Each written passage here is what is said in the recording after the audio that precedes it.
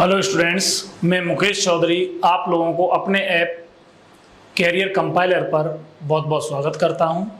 बेटा, मेरा YouTube channel Mukesh Chaudhary sir maths platform के नाम से है। आप उसे सब्सक्राइब करें, देखें, डाउनलोड करें, ठीक है ना। आज मैं आप लोगों को प्रीवियस ईयर के क्वेश्चंस करा रहा हूं जो 2019 में CHSL में आए थे, SSC में। तो आप लोग देखें इनको कैसे कैसे किस तरीके से करेंगे और इम्फेसाइज करें ज़्यादा से ज़्यादा। अगर आपको चाहिए कि पेपर्स की प्रैक्टिस बरकरार बनी रहे तो आप लोग कमेंट में मुझे लिख के भेजेंगे सर आप इन्हें लगातार चालू रखिए। दूसरा, बैंक वगैरह के भी अगर आपको करने हैं तो बैंक के लिए भी बता दीजिएगा, उन्हें भी शुरुआत कर देंगे। UPSI की भी जगह आने वाली हैं, आप उस चीज़ के बारे में मुझसे डिस्कशन कर सकते हैं, ठीक है ना। चलिए देखते हैं। एक षटभुजाकार क्षेत्र का क्षेत्रफल 2400√3 मीटर स्क्वायर है। तो इसका मतलब षष्ठभुजाकार क्षेत्र का क्षेत्रफल होता है 6 × √3/4 A²। ये हो गया 2400√3 के बराबर। इससे ये कैंसिल हो गया, इससे ये कैंसिल हो गया 400 टाइम। A² की वैल्यू आ गई आपकी 1600 और A की वैल्यू आ गई आपकी 400।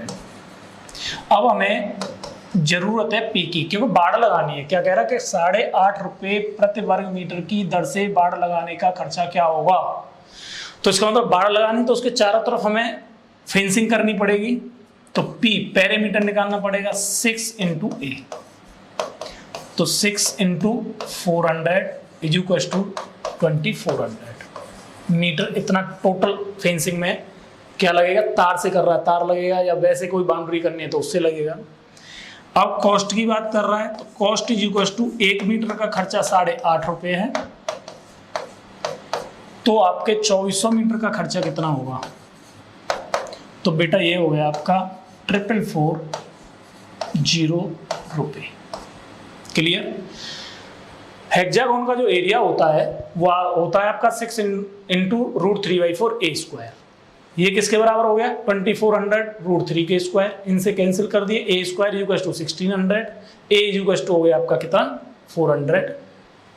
अब P पूछ रहा है, P का मतलब पैरामीटर। P होता है 6 से, तो 6 × 400 = 2400। 1 मीटर का खर्चा दे रखा है, 2400 मीटर का कितना होगा मल्टीप्लाई कर दीजिए, आपका आ जाएगा। ठीक है, नेक्स्ट क्वेश्चन देखें।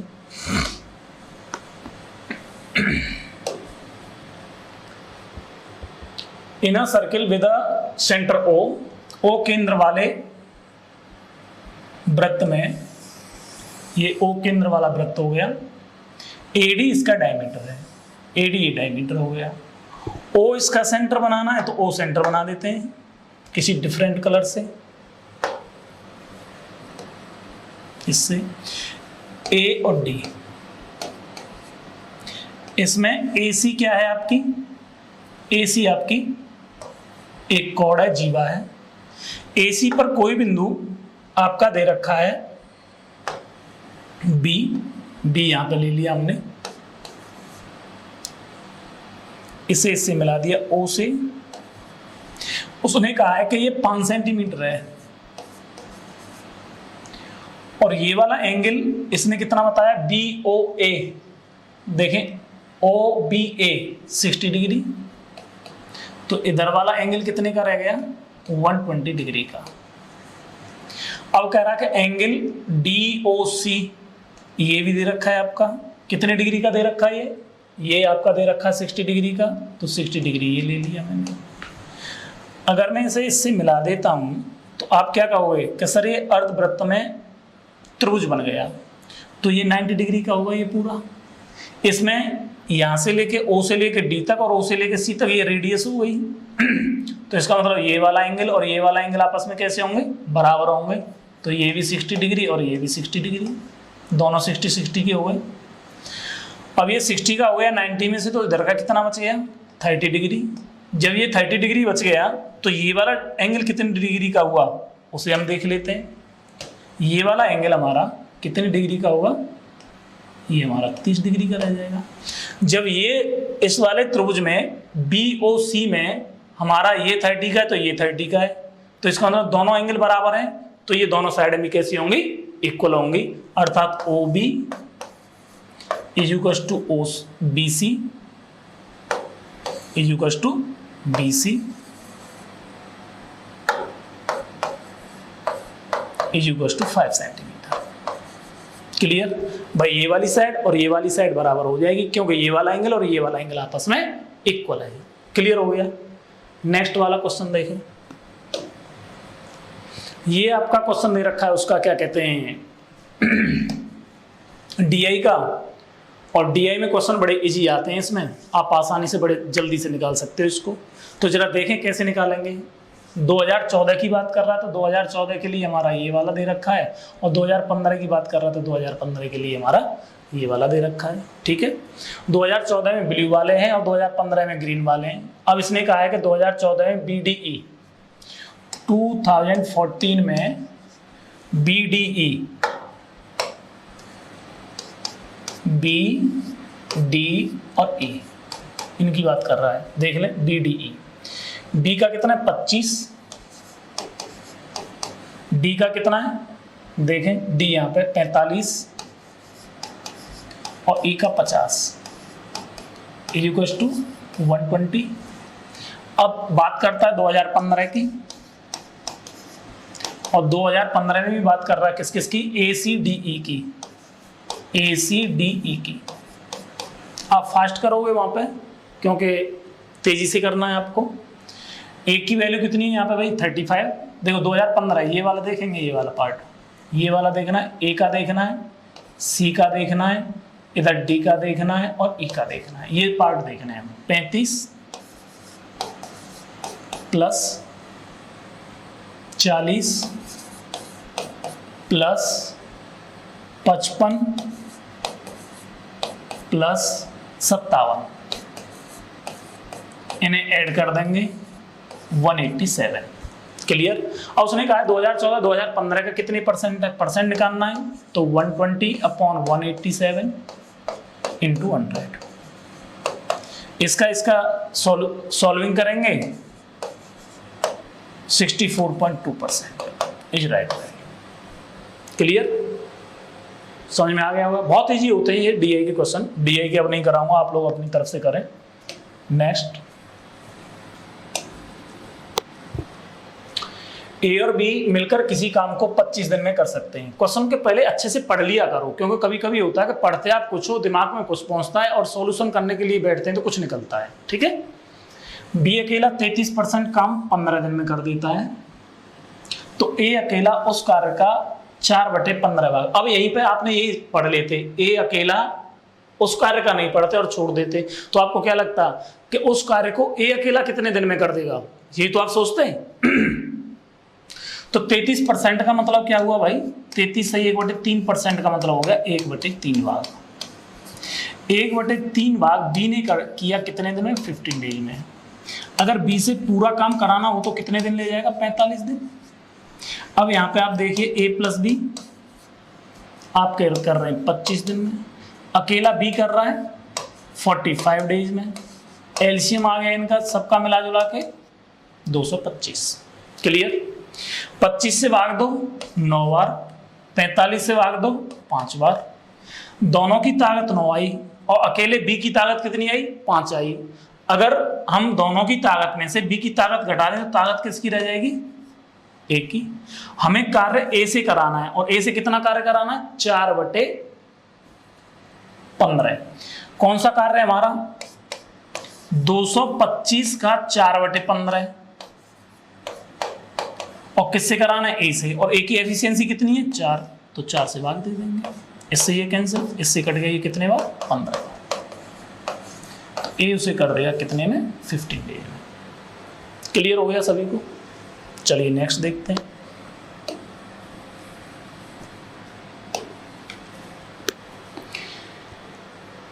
एक बिंदु ए से किसी वृत्त पर स्पर्श रेखाएं ए बी और ए सी खींची गई हैं ताकि एंगल बी ए सी 40 डिग्री, बी ए के समांतर सी पी एक जीवा खींची गई है, एंगल सी बी पी का मान ज्ञात कीजिए। बहुत इजी क्वेश्चन है, आराम से कर दोगे, बहुत जल्दी कर दोगे। ये हमने स्पर्श रेखा खींच दी, ये हो गया ए और ये मान लिया बी, और ये मान लिया सी। ठीक है, ये 40 डिग्री का है। ठीक, अब उसने रेखा कौन सी खींची है, सी इसके समांतर CP, इसे इससे मैंने मिला दिया, ये यहां पे इसका केंद्र हो गया, इसे इससे मिला दिया।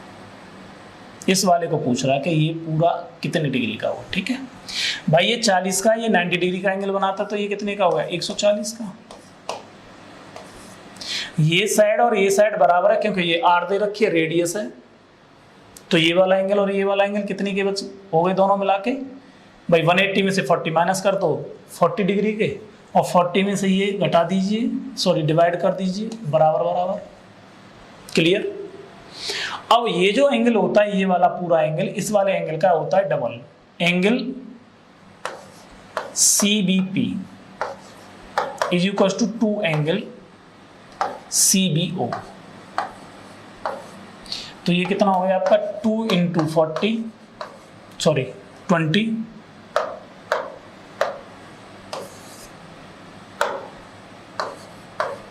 Is equal to 40 degree. Clear है, 40 डिग्री राइट है। ये वाला एंगल इस वाले एंगल का कैसा होता है, डबल होता है, ध्यान रखिएगा।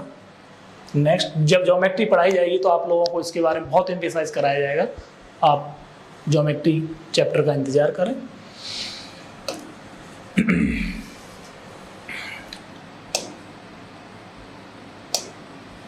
देखें,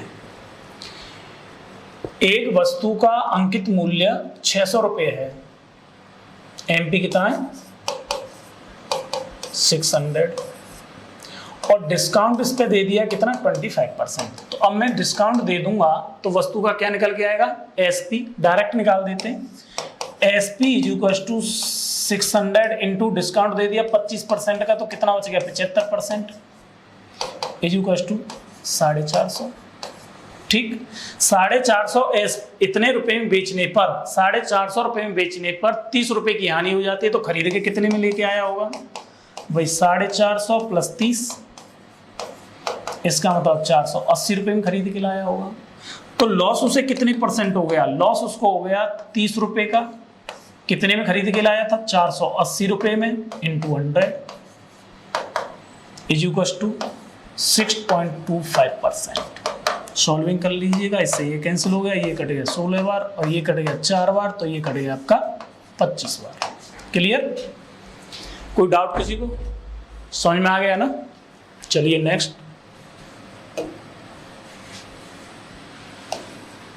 आगे वाला क्वेश्चन बड़ा अच्छा क्वेश्चन है। आप लोगों ने 6 महीने के और 3 महीने के निकाल रखे होंगे इसमें, लेकिन 5-5 महीने पर कैलकुलेट करवाता है। जरा देखते हैं। 12,000 रुपए की राशि पर एक सही 1/4 वर्ष में 12% वार्षिक ब्याज की दर से चक्रवर्ती ब्याज यदि ब्याज 5 माह में संयोजित होता है तथा साधारण ब्याज का अंतर ज्ञात कीजिए। 5-5 महीने पर संयोजित होता है। पहले तो मुझे ये बता दो कि एक सही 1/4 वर्ष कितने महीने हो गए, महीने में कन्वर्ट कर दो, क्योंकि महीने में कन्वर्ट करने पड़ेंगे, 5 महीने पे लगाना पड़ता है हमें। तो ये हो गए आपके 15 मंथ। होंगे कि नहीं होंगे, उसने कहा कि 5 महीने पे लगाना है हमें।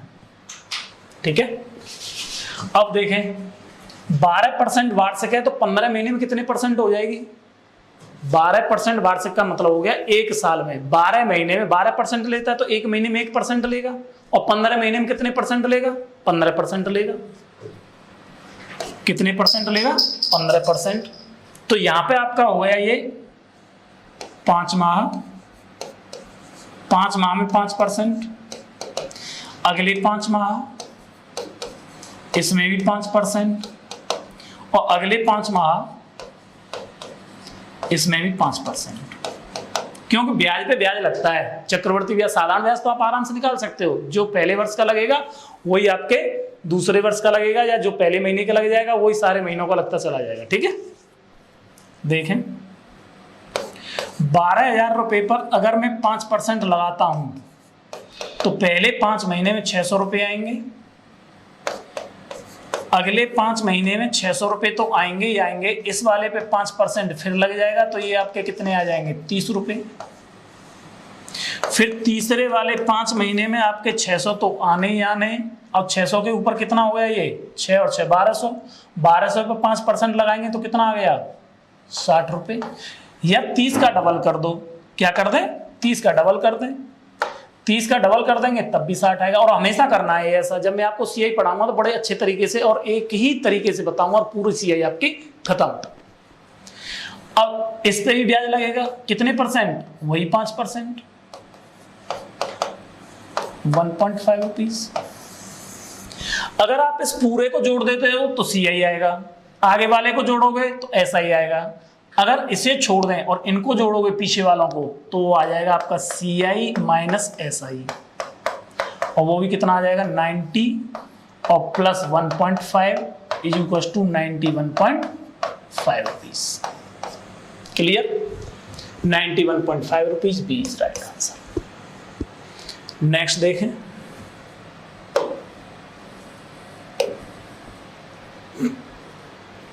देखिए इसको, एक व्यक्ति एक निश्चित दूरी 12 किलोमीटर प्रति घंटा की चाल से तय करता है तथा 9 किलोमीटर प्रति घंटा की चाल से वापस आता है पुनः उसी बिंदु पर। पूरी यात्रा में उसे कितना समय लगता है, 2 सही 1/3 घंटे लगते हैं। क्वेश्चन को अच्छे तरीके से पढ़ जरूर लिया करें। तो जरा देख लेते हैं, स्पीड और टाइम एक दूसरे के उल्टे होते हैं। इधर से गया तो किस चाल से गया, 12 किलोमीटर पर आवर की चाल से। उधर से आया तो किस चाल से आया, 9 किलोमीटर प्रति घंटा की चाल से। अगर हम इसका उल्टा कर दें, 9 को ऊपर कर दें, 12 को नीचे कर दें, तो ये क्या हो जाएगा, आपका टाइम आ जाएगा। अगर चालों का उल्टा कर देते हैं तो हमारा टाइम आ जाता है, ये 3 से कट गया 3 बार और ये 3 से कट गया 4 बार। उसने कहा दोनों तरफ से टाइम, तो 3 इधर से लगा था, 4 उधर से लगा था, तो कितना लग गया 7। और ये किसके बराबर है, 2 सही 1/3 घंटे। 2 सही 1/3 घंटे को आप क्या लिख सकते हो, 7/3 घंटे। 7 से 7 कैंसिल हो गया, तो 1/1 की वैल्यू कितनी आ गई आपकी, 1 की वैल्यू आ गई आपकी, 1 की वैल्यू आ गई 1/3। या तो आप इस समय को ले लो या इस समय को ले लो, तो मैं 3 समय को ले लेता हूं, तो 3 को ले लूंगा तो क्या आ गया 1 घंटा। भाई 1 की वैल्यू 1/3, तो 3 की वैल्यू कितनी हो जाएगी, 1 घंटा हो जाएगी। क्लियर है। अब पूछ रहा है D, distance. Distance is equal to होता है स्पीड इनटू टाइम। स्पीड हो गई आपकी 12 और टाइम हो गया 1, तो बराबर आ गया 12 किलोमीटर। 12 किलोमीटर एक तरफ से आया, 12 किलोमीटर इधर से जाने पर आया। जाने और आने में टोटल तय दूरी कौन सी होगी, जाने और आने में जो दूरी तय की है वो टोटल दूरी होगी। तो total distance is equal to 12 गुणा 2 इज इक्वल टू 24 किलोमीटर।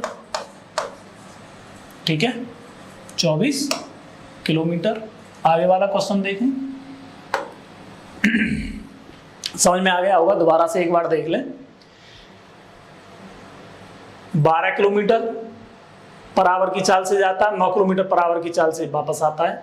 इसका उल्टा कर देंगे तो 9 घंटे लगेंगे जाने में और आने में लगेंगे 12 घंटे, क्योंकि चाल जब ज्यादा होगी तो समय कम लगेगा और जब चाल कम हो जाएगी तो समय ज्यादा लगेगा।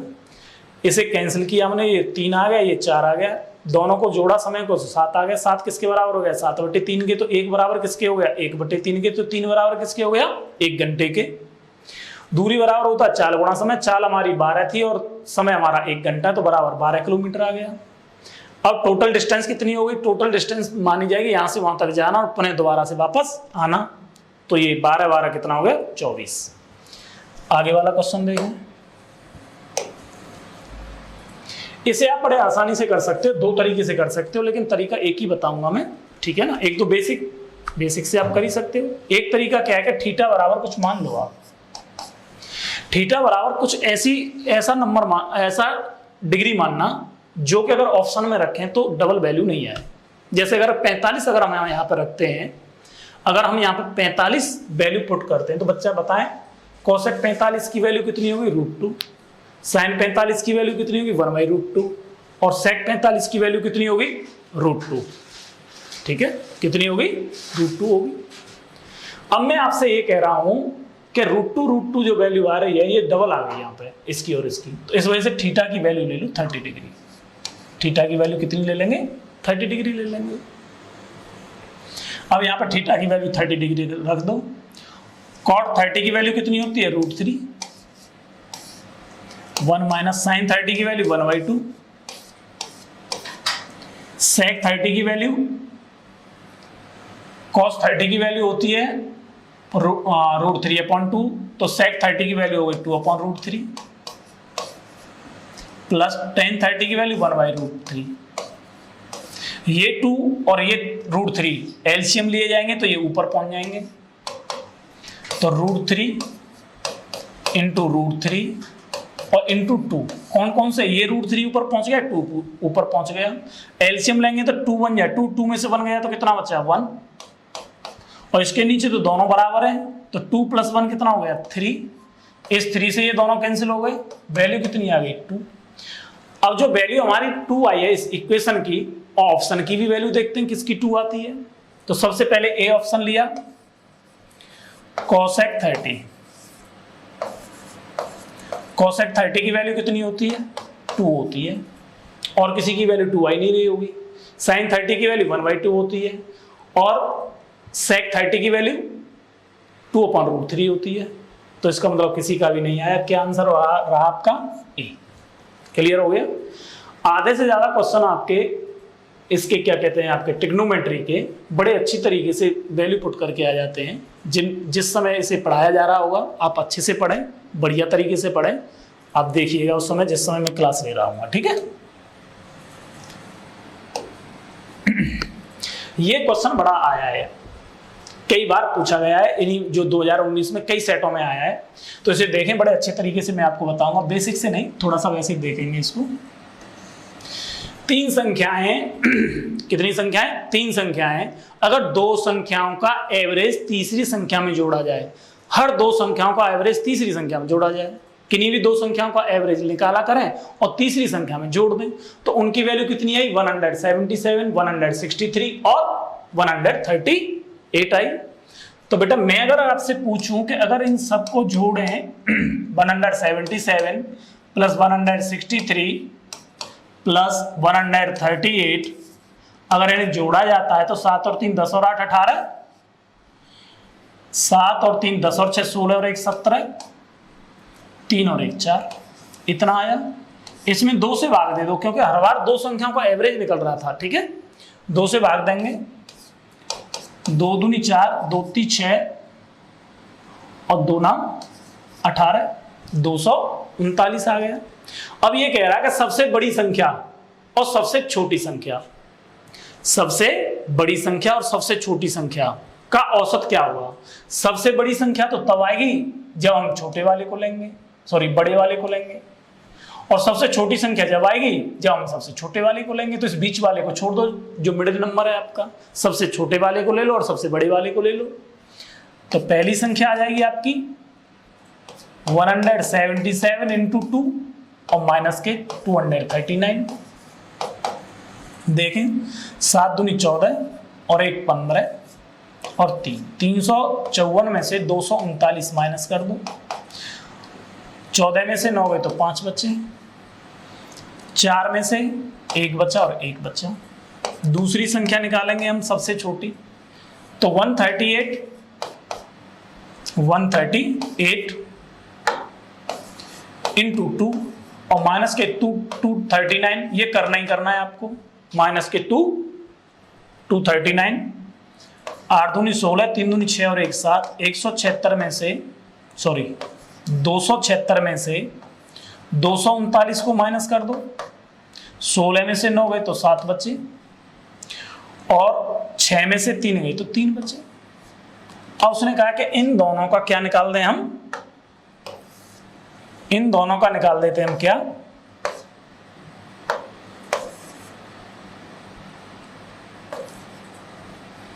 एवरेज। तो दोनों को जोड़ लो, 7 और 5 12, 3 4 और 1 5, 152/2 इज इक्वल टू 76। एक राइट आंसर। क्लियर? दोबारा से देख लें, 4 संख्याएं अगर दी हुई होती, कितनी संख्याएं दी हुई होती? 4 संख्याएं। तो जहां पे हम 2 का गुणा कर रहे हैं ना, वहां पे हमें फिर 3 का गुणा करना पड़ता, एक कम करके करते थे, ठीक है ना?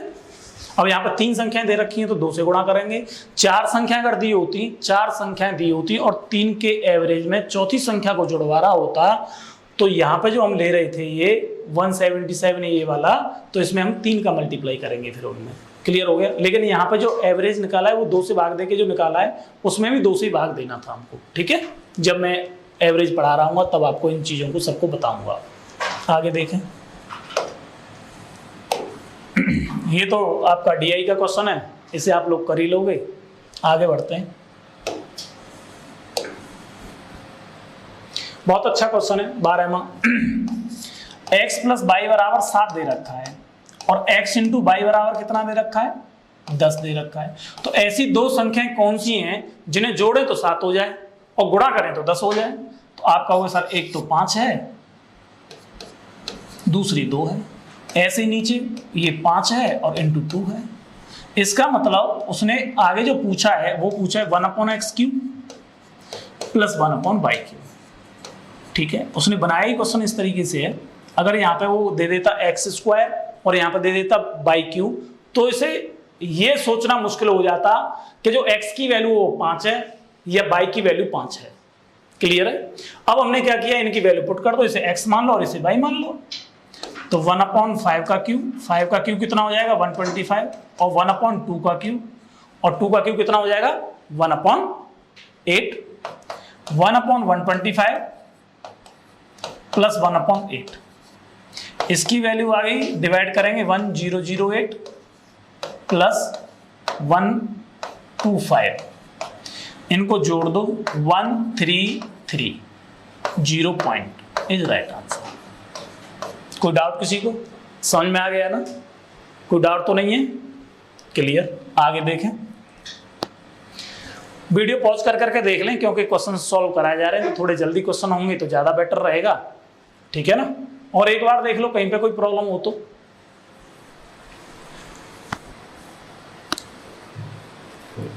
ठीक है, जरा देखें, आगे बढ़ जाते हैं।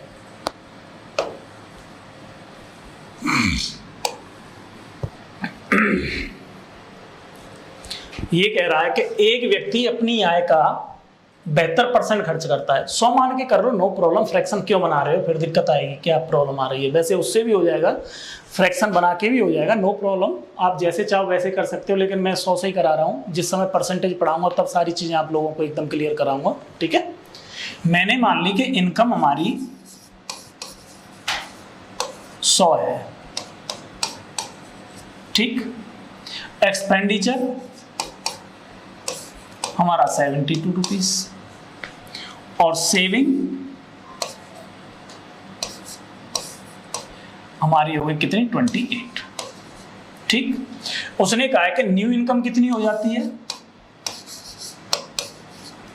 न्यू इनकम हमारी हो जाती है, न्यू इनकम हो जाती है हमारी, क्या परसेंट बढ़ जाती है? 28%, 128। और ये हमारी बढ़ जाती है कितनी? 25%। 72 को 25% से बढ़ाएंगे, 72 को 25% से बढ़ाएंगे तो कितना हो जाएगा भाई? यहां पे देख लो, 25% का मतलब हो गया 1/4। 4 तो हमारा था ही, 1 और बढ़ गया तो कितना हो जाएगा? 5। तो 72 इंटू 5/4, इससे ये कैंसिल हो गया 18 बार, इज टू 90। तो ये कितना हो जाएगा हमारा? 90 हो जाएगा। क्लियर? अगर मैं इसमें से इसे माइनस कर दूं तो हमारी जो क्या आई? न्यू सेविंग आई। न्यू सेविंग आई हमारी कितना? 138। तो कितने परसेंट की वृद्धि हुई भाई? कितने परसेंट की वृद्धि हुई? तो वृद्धि हो गई हमारी कितने की? 10 रुपए की। और परसेंटेज में वृद्धि 10/28 इंटू 100। 4 से कट गया 7 बार और 4 से कट गया 25 बार। इसका मतलब 250/7। 7 × 21, बचे कितने? 4। 7 × 5 = 35। 7 × 5 = 35 बच गए कितने गए 5 और 7 सत्ते 49, this is the right value 0.7%। Clear हो गया। 100 रुपए इनकम मान ली और खर्च कर देता है 72%, तो 72 खर्च कर दिया, सेविंग कर ली 28 रुपए, नई इनकम में 28% की वृद्धि हो गई, तो ये हो गया 128, और उसका जो एक्सपेंडिचर था उसमें वृद्धि हुई आपकी 25% की, तो वो हो गया 90। 128 में से 90 को माइनस किया तो कितना बच गया 38। पहले 28 कमाता था बचाता था, अब 38 बचा रहा है। न्यू सेविंग कितनी आ गई 38, तो डिफरेंस कितना आ गया 10 रुपए का, पहले से अब 10 रुपए ज्यादा बचा रहा है, तो क्या परसेंट ज्यादा बच गया 10/28 गुणा 100 बराबर 35.7%। क्लियर हो गया भाई। नेक्स्ट देखें, इसे आप कर ही लोगे, सिंप्लीफिकेशन का क्वेश्चन है, ये आप आराम से कर लोगे, ठीक है कर लीजिएगा, कोई दिक्कत नहीं है, सिंप्लीफिकेशन तो तुम लोग कर ही लेते हैं। इसे देख लें, बड़ा अच्छा क्वेश्चन है। एक 9 नंबर का डिजिट है, एक डिजिट 9 नंबर का है, सॉरी एक नंबर 9 डिजिट का है 1145/2, और इसे डिवाइड करना है हमें 88 से, तो 88 से डिवाइड करना है, तो ये 8 और 11, ठीक। सबसे पहले हम 8 की डिवाइजिबिलिटी देखेंगे, तो हमारा ये पीछे वाला नंबर 8 से कट जाना चाहिए, तो इस बाई की क्या मिनिमम वैल्यू रखें भाई, 8 का ऐसा मल्टीपल लो कि 5 की टेबल मतलब 5 से ऊपर नहीं जाए, यहाँ पे या तो 50 हो जाए, तो ये कितने टाइम गया 6 टाइम। अगर हम यहाँ पे 0 ले लेते तो बचे 2, 22 हमारा कैंसिल हो नहीं रहा है, किससे 8 से, तो क्या कैंसिल होगा 32 जरूर कैंसिल हो जाता है, तो इसका मतलब हमें यहाँ पे क्या लेना पड़ेगा 1। दोबारा से देखें, 8 से भाग दें, 8 6 जा 48, 3 रिमाइंडर बचा 3, और ये 32 हो जाएगा, और 32 8 से डिवाइड है। अब क्या करना है, अब हमें 11 की डिवाइजिबिलिटी देखनी है, तो 11 की डिवाइजिबिलिटी ऐसे देखते हैं, 2 में से 1 को माइनस करो तो 1 बचा पॉजिटिव, 5 में से 4 को माइनस करो तो पॉजिटिव यहाँ पे भी 1 बचा, ठीक है। 1 में से 1 को माइनस करो तो 0, x में से 3 को माइनस करो तो x - 3, और यहाँ पे अगर 0 ले लेते हैं तो 4 में से 0 को माइनस करो तो प्लस का 4। इन सबको जोड़ लो, इनका सम या तो 0 हो जाए या फिर कोई ऐसा नंबर हो जाए जो 11 से डिवाइड हो रहा हो, तो 4 + x - 3 + 1 और +1, तो ये आपका कितना हो गया भाई x + 3। अब मुझे ये बताओ कि ये 0 तो हम कर नहीं सकते क्योंकि -3 तो वैल्यू रख नहीं सकते, यहाँ पे इसकी वैल्यू x की वैल्यू -3 रख दें, वैल्यू क्या रखेंगे, वैल्यू यहाँ पर रखेंगे हम ऐसा कि ये 11 हो जाए, तो x की क्या वैल्यू रखनी पड़ेगी हमें 8, तो x की जो वैल्यू है वो हमें 8 रखनी पड़ी। अब हम क्या करेंगे, x की वैल्यू 8 हो गई और y की वैल्यू 1 हो गई, इन्हें यहाँ पर पुट कर दो, 3x - 2y, 3 × 8 - 2 × 1, 8 × 24 में से 2 गए तो कितने बच गए 22 इज आंसर। क्लियर हो गया भाई। ये क्वेश्चन बहुत आए थे, CGL के भी प्री में आए थे और 10+2 के भी प्री में आएंगे, ठीक है समझ में आ गया भाई। हमें 8 से कटने वाली संख्या 5/2, अब हमें 8 से अगर डिवाइड देना है तो 8 6 जा 48 होता है, अगर हम यहाँ पे 0 भी ले लेते तो हमारा बचता केवल 2, और 22 में अगर 0 लेने पे 22 में डिवाइड जाता नहीं है, तो एक बढ़ा के लेंगे, अगर हम इन्हें यहाँ पे 1 ले लेते तो यहाँ पे बच जाता हमारा 3, तो 32 कैंसिल हो रहा है 8 से हमारा। क्लियर हो गया, चलिए आगे।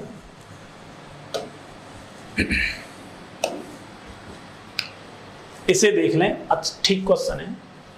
पहले जो ABCD के वो दे रखे हैं रेशियो, वो दे रखे हैं आपके 3,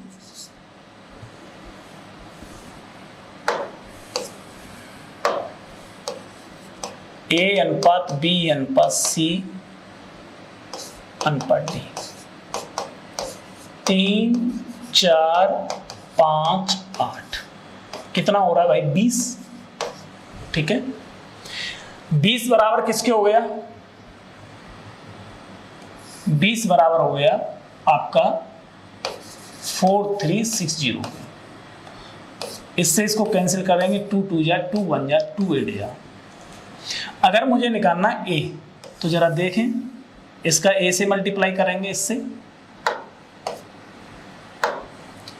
इसका मल्टीप्लाई अगर 3 से कर दें तो ए आ जाएगा। देखें 3 दूनी 6, 18 3 54, 654। इसका इससे करें तो हमारा क्या आ जाएगा, बी आ जाएगा। जरा मल्टीप्लाई करके देखें कितना हो जाएगा, 18 चौक 72, 4 दूनी 8, ठीक है। 8 चौक 32, 8 7 1 4 और 3 7, सही है। अगर मैं इसका मल्टीप्लाई इससे कर दूं तो मेरा क्या आ जाएगा, सी आ जाएगा। 18 5 90 और 5 दूनी 10, ठीक है। अगर इसका मल्टीप्लाई मैं इससे कर दूं तो मेरा ये आ जाएगा 8 8 64, 8 1 8 और 6 14 और 8 दूनी 16 और 1 17, 1744। लेकिन उसने क्या कहा है कि उसने ऐसे न दे के इन्हें 1/3 अनुपात 1/4 अनुपात 1/5 अनुपात 1/8 के अनुपात में बांट डाला, उल्टा बांट दिया। तो इसका एलसीएम कितना आ जाएगा भाई, 120। 3 से भाग देंगे 40, 4 से भाग देंगे 30, 5 से भाग देंगे 24 और 8 से भाग देंगे 15। नीचे वाले को छोड़ देते हैं रेशियो में, तो 40 अनुपात 30 अनुपात 24 अनुपात 15। सबको जोड़ लो, कितना हो रहा है 9, 4 और 3 7, 7 और 2 9 और 1 10, 109 हो गया। अब देखें कि 109 किसके बराबर है, 109 बराबर है आपके 43 60 के। इससे ये कई बार कैंसिल हो गया, 4 बार, 40 बार। 40 का मल्टीप्लाई अगर इससे करेंगे तो 1600 वैल्यू आ गई ए की। अगर इससे करेंगे तो 1200 वैल्यू आ गई, 4 थी 1200 बी की। अगर इससे इसका मल्टीप्लाई करेंगे तो आपकी 24 चौका 96 960। और अगर इसका इससे मल्टीप्लाई करेंगे तो 15 चौक 60 600 रुपये। अब देखें, ए को पहले 654 रुपये मिल रहे थे, अब उसे मिल रहे हैं 1600 रुपये। तो इसका मतलब इसे क्या हो गया, लाभ हुआ। लेकिन लाभ जो हो रहा है वो आपका 946 रुपये का हो रहा है। लाभ कितने का हो रहा है, 946 का। तो क्या दे रखा है, 946 रुपये का लाभ नहीं दे रखा, तो गलत है, ठीक है। अब देखें बी को पहले 872 रुपये मिल रहे थे, अब 1200 मिल रहे हैं। 872 मिल रहे थे, अब 1200 मिल रहे हैं। तो इसका मतलब 328 रुपये का इसको लाभ हुआ। अब देखें सी को, 328 रुपये कहीं पे नहीं दे रखे हैं, ठीक है। अब सी को देखें, सी को 1090 रुपये पहले मिल रहे थे, अब 960 रुपये मिल रहे हैं। तो इसका मतलब इसे लॉस हो गया। कितने रुपए का लॉस हुआ, 100 लॉस हो गया इसको। कितने का, इसमें से घटा दो 0 30 130 रुपए का। अब देखें हम इसको, डी को 1744 रुपए पहले मिल रहे थे और 600 रुपए अब मिल रहे हैं। तो इसका मतलब इसे लॉस हुआ कितने का, 1144 रुपए का। तो डी को सबसे ज्यादा लॉस हुआ 1744 में से क्या घटा देंगे 600। इसका मतलब 1144 रुपए का लॉस हुआ किसको, डी को। तो 1144 रुपए डी रिसीव्ड ₹1144 लेस। ये बिल्कुल सही है। क्वेश्चन में डबल आपके रेशियो दे दिए, इस वजह से थोड़ा सा टाइम टेकन रहा है ये, ठीक है। प्रैक्टिस करेंगे, तेजी से करेंगे तो बड़े जल्दी कर देंगे। ये सब इतना तामझाम लिखने की आपको आवश्यकता नहीं पड़ेगी। क्लियर है।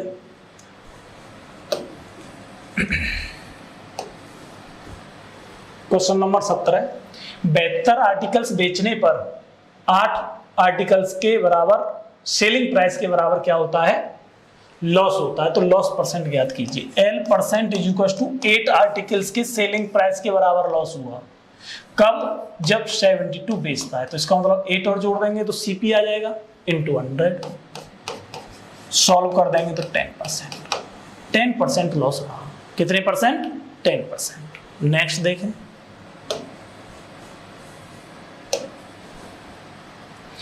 इसे देख लो, सही क्वेश्चन है क्योंकि इसमें वैल्यू वगैरह पुट नहीं कर नहीं पाओगे आप लोग, तो इस वजह से इसे देखना है।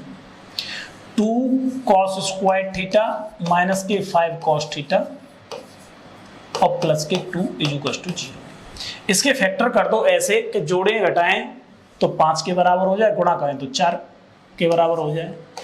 2 cos स्क्वायर थीटा माइनस के 4 cos थीटा माइनस के cos थीटा और प्लस के 2 इज इक्वल टू 0। देखें इसके फैक्टर करेंगे तो फैक्टर आप लोग कर लीजिएगा। एक तो आएगा 2 cos थीटा माइनस 1 और एक आएगा cos theta minus 2 is equal to 0। तो cos थीटा की जो वैल्यू आई वो एक तो 1/2 आई और वो 2 आई।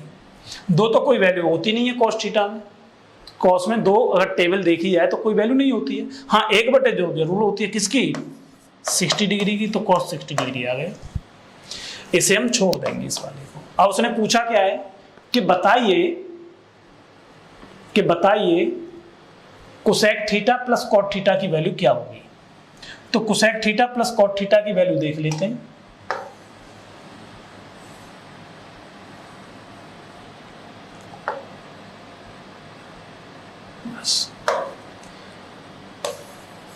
Cosec theta plus cot theta, ठीक। कोसेक 60 की वैल्यू, तो यहां पे हम 60 रख देना डायरेक्ट।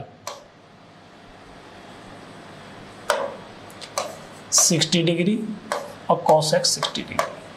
कोसेक 60 की वैल्यू क्या होती है? आपका 2/√3 और कॉट 60 की वैल्यू क्या होती है? 1/√3। 3/√3 आ गया इज इक्वल टू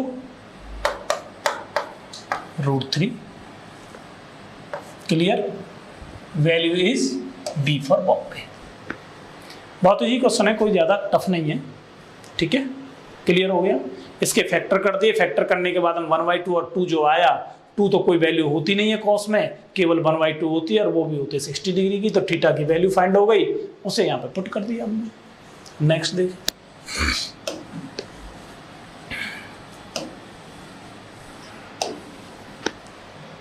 इसे देख लो भाई।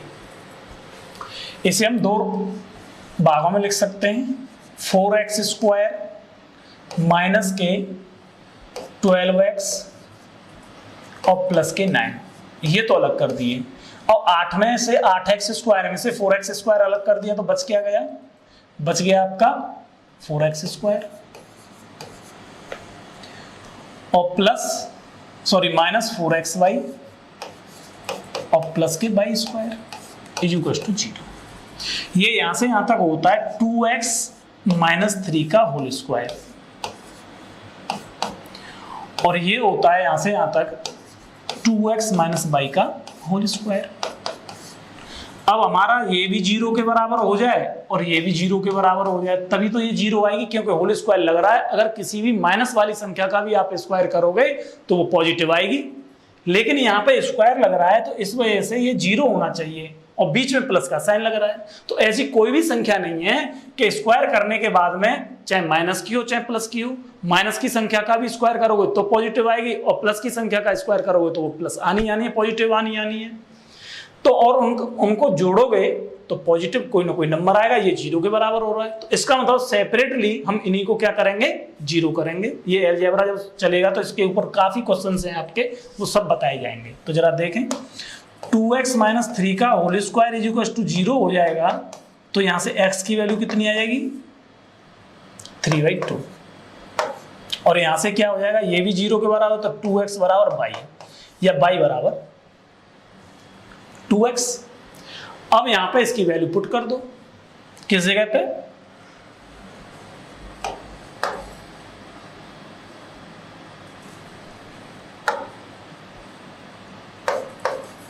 14x माइनस के 5/, तो 14 इंटू एक्स की वैल्यू 3/2 माइनस 5, और बाई की वैल्यू देखो पुट करेंगे 2x, और x की वैल्यू क्या आ गई, या यहीं से देख लो, बाई इज इक्वल टू हो गया आपका 3/2 इंटू 2 इज इक्वल टू 3। ठीक है, तो इसकी वैल्यू आ गई आपकी 3 कर देते हैं, हटाओ बाई की वैल्यू, इससे ये 7 टाइम, ये कितना हो गया 21 माइनस के 15 इज इक्वल टू 6। इसका आंसर है इज बी। समझ में आ गया। सबसे पहले 8x को दो भाग में तोड़ेंगे, 4x square plus 4x square, एक 4x स्क्वायर के साथ में आपका 12x आएगा और 9 आएगा, और दूसरे 4x स्क्वायर के साथ में आपका 4xy आएगा और y स्क्वायर आएगा। तो इससे ये आ गया आपका 2x माइनस 3 का होल स्क्वायर, और ये आ गया आपका 2x माइनस y का होल स्क्वायर। तो यहाँ से x की वैल्यू 3/2 आ गई, यहाँ पर 2x is equal to y हो रहा है, तो y की वैल्यू आपकी 3 आ गई। दोनों वैल्यू को आप इसमें पुट कर दीजिए, आपका आंसर 6 आ गया। कोई डाउट किसी को? समझ में आ गया ना? आगे बढ़ते हैं। ये आपका DI का क्वेश्चन है, इसे आप कर ही लीजिएगा, और फिर भी कोई दिक्कत आती है तो पूछ लेना। क्वेश्चन नंबर 21, एक त्रिभुज ABC में AB और AC भुजाओं को D तक बढ़ाया जाता है। तो ये A होगा, मैं यहीं पर ले लेता हूं B और C। AB को बढ़ाया जाता है कहां तक? D तक, ये तो D हो गया, और AC को बढ़ाया जाता है E तक, तो ये E हो गया। ठीक, अब ये कह रहा है कि इस वाले, देखो क्वेश्चन अच्छे से पढ़ें आप, एंगल CBD का हाफ किया, और इधर एंगल BCE का हाफ किया, तो ये कहां पे आके मिलता है? P पर। तो ये P को पूछा है, तो एंगल P बहुत अच्छे से पढ़ रखा हुआ आप लोगों ने, 90 डिग्री माइनस के A/2, बहुत इजी क्वेश्चन है। तो 90 डिग्री माइनस के, ये कितना दे रखा है? 72 डिग्री। 72 का हाफ कितना हो गया? 36। इसमें से इसे माइनस कर दीजिए तो 4, और 8 में से 54 degree. 54 is D for tiny.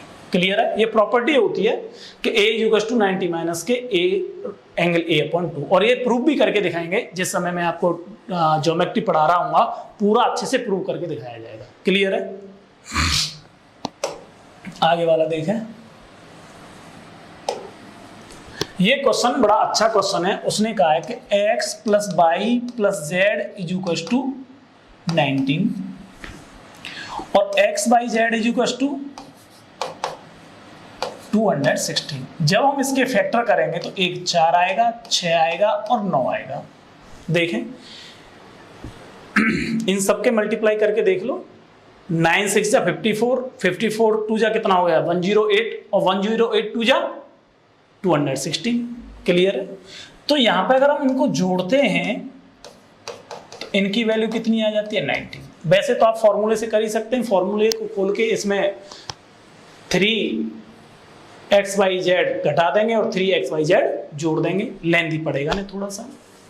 अब इनकी वैल्यू यहाँ पे पुट कर दो, x की वैल्यू 4 हो गई, y की वैल्यू 6 हो गई, और z की वैल्यू 9 हो गई।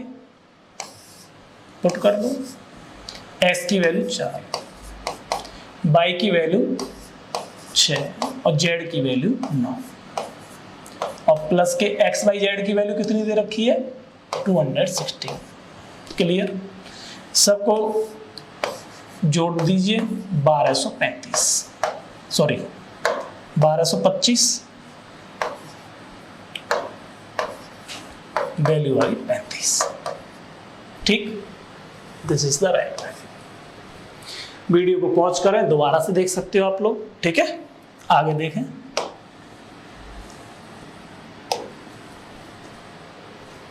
इस वाले क्वेश्चन में बड़ी एक विशेष बात दे रखी है कि अगर हम 2 डिग्रियों को जोड़ें और उनकी वैल्यू 90 डिग्री हो जाए तो उन दोनों का संबंध 1 आता है। क्या आता है? 1। अगर a plus b is equal to 90 degree दे रखा है, तो जैसे इसका इसको जोड़ें तो 90 डिग्री हो रहा है, तो इसका मतलब इसकी वैल्यू 1 आएगी।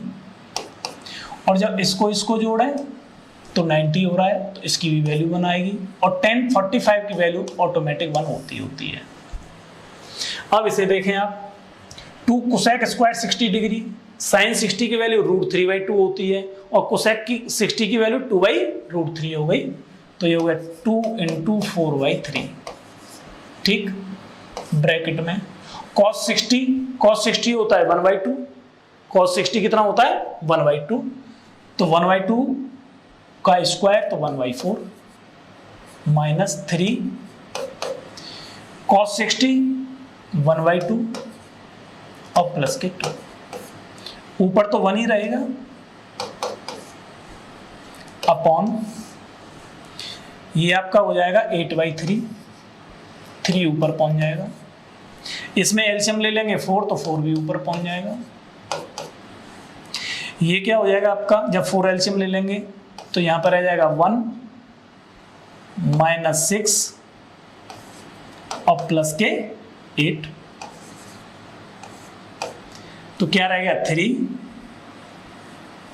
ऊपर 12/8 × 3, 3 से ये 4 टाइम और 4 से ये 2 टाइम, इसका मतलब इसकी वैल्यू आ गई 1/2। क्लियर है, this is the right value. Next question देखें,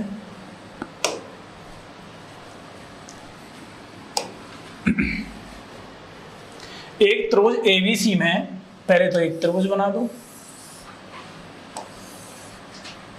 एक त्रिभुज एबीसी में डी भुजा एबी पर है।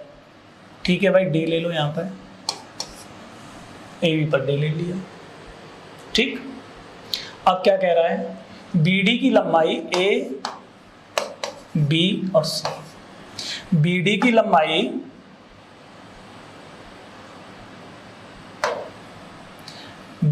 लंबाई इसकी लंबाई कितनी है 2 सेंटीमीटर, और इधर इसकी लंबाई कितनी दे रखी है 3 सेंटीमीटर। अगर मैं पूरे की बात करूं तो इसकी लंबाई कितनी हो जाएगी 5 सेंटीमीटर। ठीक है, अब क्या कह रहा है, ठीक, ई भुजा बीसी पर है, बीसी पर ई हो गया, और इस प्रकार से है कि डीई ये हो गया, डीई पैरेलल एसी, बिल्कुल राइट है। तो बताओ त्रिभुज बीडीई और ट्रेपेजियम डीईसीए का क्षेत्रफल का अनुपात क्या होगा।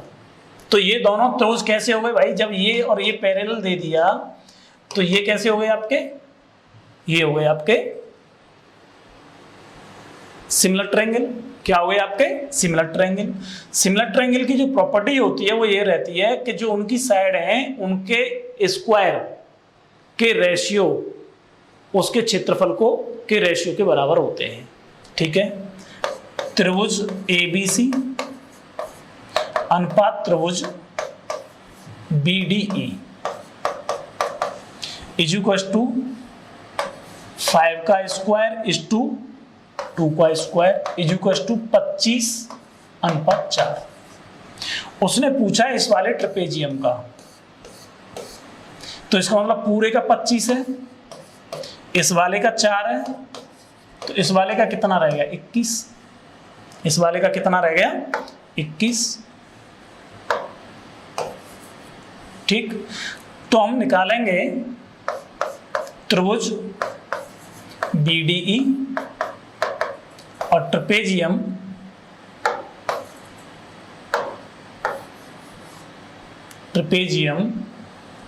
क्या दे रखा ट्रेपेजियम में एसी ईडी इक्वल टू 4 अनुपात ये कितना आया था 21 इज राइट आंसर।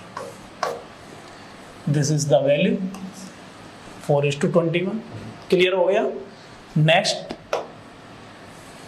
ये आपका डीआई का क्वेश्चन है, आप आराम से कर सकेंगे। आपके 25 क्वेश्चंस मैंने आपको यहाँ पे सॉल्व कराए। आप कमेंट बॉक्स में मुझे बताएं कि सर हमें किस तरीके से आपको ये क्वेश्चंस लगे, कैसे लगे, और आप जो है मुझे कमेंट बॉक्स में ज़रूर बताएं। यूपीएसआई के लिए और बैंक के लिए भी आपको प्रैक्टिस सेट शुरू कराने हों तो मुझे ज़रूर बताएं। Okay, thank you.